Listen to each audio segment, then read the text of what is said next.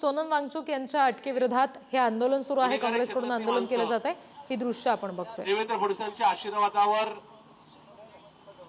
लंडनला, स्वित्झर्लंडला पासपोर्ट आणि व्हिसाच्या द्वारे पळून जात आहेत। या सगळ्या गोष्टीचा धिक्कार आणि निषेध व्यक्त करण्याकरता हे आंदोलन करण्यात आलेलं आहे।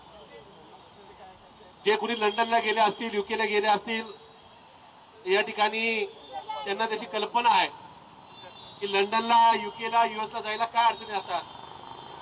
माझ्याबरोबरचे जे पुणे शहराचे माजी महापौर आहेत, त्यांची प्रॉपर्टी 200-500 कोटीची असेल, त्यांच्यावर आंदोलन केल्याचे जे गुन्हे दाखल आहेत, त्याच्यामुळे त्यांना लंडनला जायला व्हिसा मिळाला नाही किंवा घरातल्या कार्यक्रमाला जाता आलं नाही ही वस्तुस्थिती। कारण की आपल्यातलं पोलीस खातं चांगलं काम करतं, जे काम चांगलं करण्याला चांगलंच म्हणलं पाहिजे, पण कुठेतरी राजकीय दबाव होतो।